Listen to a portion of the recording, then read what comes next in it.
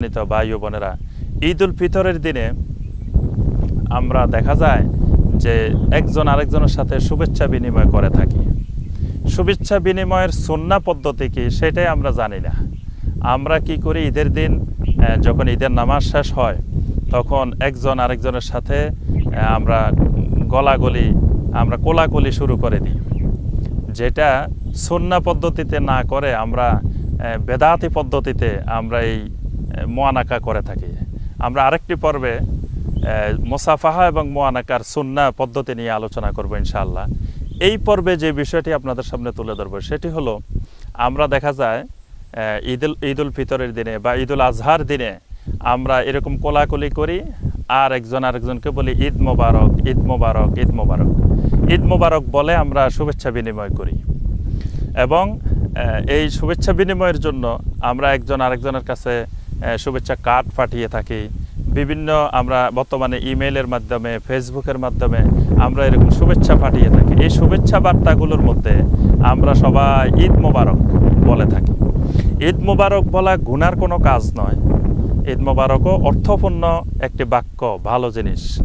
ঈদটা একটা মোবারক, ঠিক আছে, কিন্তু একজন মুমিন যখন কোনো একটি শুভেচ্ছার কাজ করবে, একটি ছোট কাজ করবে, আল্লাহু আকবার, আল্লাহ রসুল সাল্লাল্লাহু আলাইহি সাল্লাম একজন মুমিন টয়লেটে গিয়ে কিভাবে বসবে সেটাও আল্লাহ রসুল আমাদেরকে শিখিয়ে গিয়েছেন। এর থেকে আর ছোট কোনো কাজ, এমন কোনো ক্ষুদ্র কাজ নেই যেই কাজের সুন্নাহ পদ্ধতি রাসূলুল্লাহ সাল্লাল্লাহু আলাইহি ওয়াসাল্লাম আমাদেরকে শিখিয়ে যান নাই।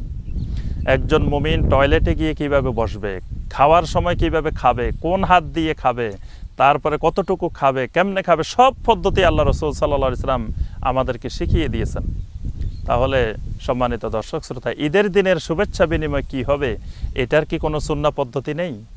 আমরা ছোটবেলা থেকে কখনো আমরা এটা শুনিও নাই যে ঈদের দিনের একটা সুন্নাহ পদ্ধতি আছে, যে রাসূলুল্লাহ সাল্লাল্লাহু আলাইহি ওয়াসাল্লাম এই পদ্ধতিতে, সাহাবায়ে কেরাম এই পদ্ধতিতে ঈদের দিনের শুভেচ্ছা বিনিময় করতেন। হাদিসের মধ্যে স্পষ্ট এসেছে, কানা আসহাবু রাসূলিল্লাহি সাল্লাল্লাহু আলাইহি ওয়াসাল্লাম ইয়াতালাক্কাউনা ফি ইয়াউমিল ঈদ। সাহাবায়ে কেরাম যখন ঈদের দিন একজন আরেকজনের সাথে দেখা সাক্ষাৎ হতো, তখন তারা একজন আরেকজনকে বলতেন তাকাব্বালাল্লাহু মিন্না ওয়া মিনকুম। একজন আরেকজনের জন্য দোয়া করতেন। এটা ঈদের দিনের শুভেচ্ছা বিনিময়। তাকাব্বালাল্লাহু মিন্না ওয়া মিনকুম, অর্থাৎ আল্লাহ পাক আমার আমলগুলোকে, আপনার আমলগুলোকে, সমস্ত মুমিনদের আমলগুলোকে আল্লাহ পাক যেন কবুল করে নেন। দীর্ঘ 1 মাস পর্যন্ত আমরা সিয়াম পালন করেছি, সাহরি খেয়েছি, ইফতার করেছি, লাইলাতুল কদরের ইবাদত করেছি, ইতিকাফ করেছি, আমরা মানুষদেরকে ইফতার করিয়েছি, তারপরে যাকাত আদায় করেছি, সাদাকাতুল ফিতর করেছি, আদায় করেছি। কতগুলো ইবাদত আমরা এই মাহে রমাদানে করেছি। এই ইবাদতগুলো আল্লাহ পাক কবুল করেছেন কিনা? কারণ ঈদ উল ফিতর হলো পুরস্কারের দিন, সেদিন ক্ষমা পাওয়ার দিন। আল্লাহ রাসূল সাল্লাল্লাহু আলাইহি ওয়াসাল্লাম বলছেন, আমার উম্মতকে আল্লাহ পাক এমন 5টি জিনিস দিয়েছেন যা লাম ইউতাহা কাবলুন, যে পূর্ববর্তী কোনো উম্মাকে আল্লাহ পাক এই গুণগুলো, এই বৈশিষ্ট্যগুলো আল্লাহ পাক দেন নাই। তার মধ্যে 5ম বৈশিষ্ট্যটি হলো ইউগফারু ফি আখিরি লাইলা, যে এই শেষ রজনীতে আল্লাহ রাব্বুল আলামিন আমার উম্মতদেরকে ক্ষমা করে দেন। সাহাবায়ে কেরাম জিজ্ঞাসা করলেন, ইয়া রাসূলুল্লাহ সাল্লাল্লাহু আলাইহি ওয়াসাল্লাম, ইয়া লাইলাতুল কদর, সেটা কি লাইলাতুল কদর? আল্লাহ রাসূল সাল্লাল্লাহু আলাইহি ওয়াসাল্লাম বললেন, লা, সেটা লাইলাতুল কদর নয়। কারণ ইন্নাল আমেলা ইউয়াফি আজরুহু ইজা কাদা আমালুহু, যখন কোনো কর্মচারী তার কাজ শেষ করার পরে গিয়ে আল্লাহ ওই মালিক তাকে তার উজরত দিয়ে থাকেন, তার পাওনা দিয়ে থাকেন।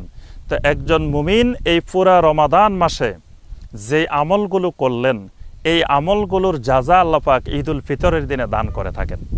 তাহলে ঈদ উল ফিতরের দিনে যে একজন আরেকজনের জন্য দোয়া করবেন, তাকাব্বালাল্লাহু মিন্না ওয়া মিনকুম, ভাই আপনিও এই রমাদান মাসে অনেক আমল করেছেন, বোন আপনিও এই রমাদান মাসে অনেক আমল করেছেন, আল্লাহ যেন আপনার আমলগুলাকেও কবুল করে, আল্লাহ যেন আমার আমলগুলাকেও কবুল করে। এইভাবে পুরা দুনিয়া ব্যাপী মুসলিম উম্মার মধ্যে ঈদের দিন এই দোয়ার আবহ চলতে থাকবে, একজন আরেকজনের জন্য দোয়া করতে থাকবে। আল্লাহ পাক দোয়া কবুল করে নেবেন এবং এই রমাদানের সকল আমলগুলোকে আল্লাহ পাক কবুল করবেন।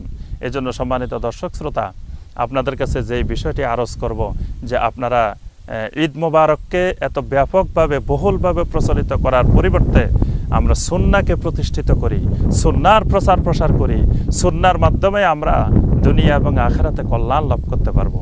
এই জন্য আমাদের জন্য সুন্নাহ হলো ঈদের দিন আমরা একজন আরেকজনের সাথে যখনই সাক্ষাৎ হবে আমরা একজন আরেকজনের জন্য দোয়া করব, যে দোয়া করে আমরা বলবো তাকাব্বালাল্লাহু মিন্না ওয়া মিনকুম।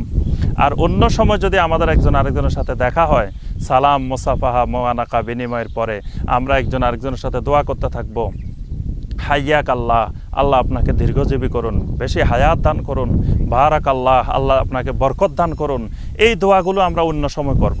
আর ঈদের দিন বিশেষ করে এই দোয়াটা করব, তাকাব্বালাল্লাহু মিন্না ওয়া মিনকুম, আল্লাহ পাক আমার এবং আপনার সকল আমলকে কবুল করুন। আল্লাহ রাব্বুল আলামিন আমাদের সবাইকে ঈদের দিনের এই শুভেচ্ছা বিনিময়ের এই সুন্নাহটা সঠিকভাবে পালন করার আল্লাহ পাক তৌফিক দান করুন।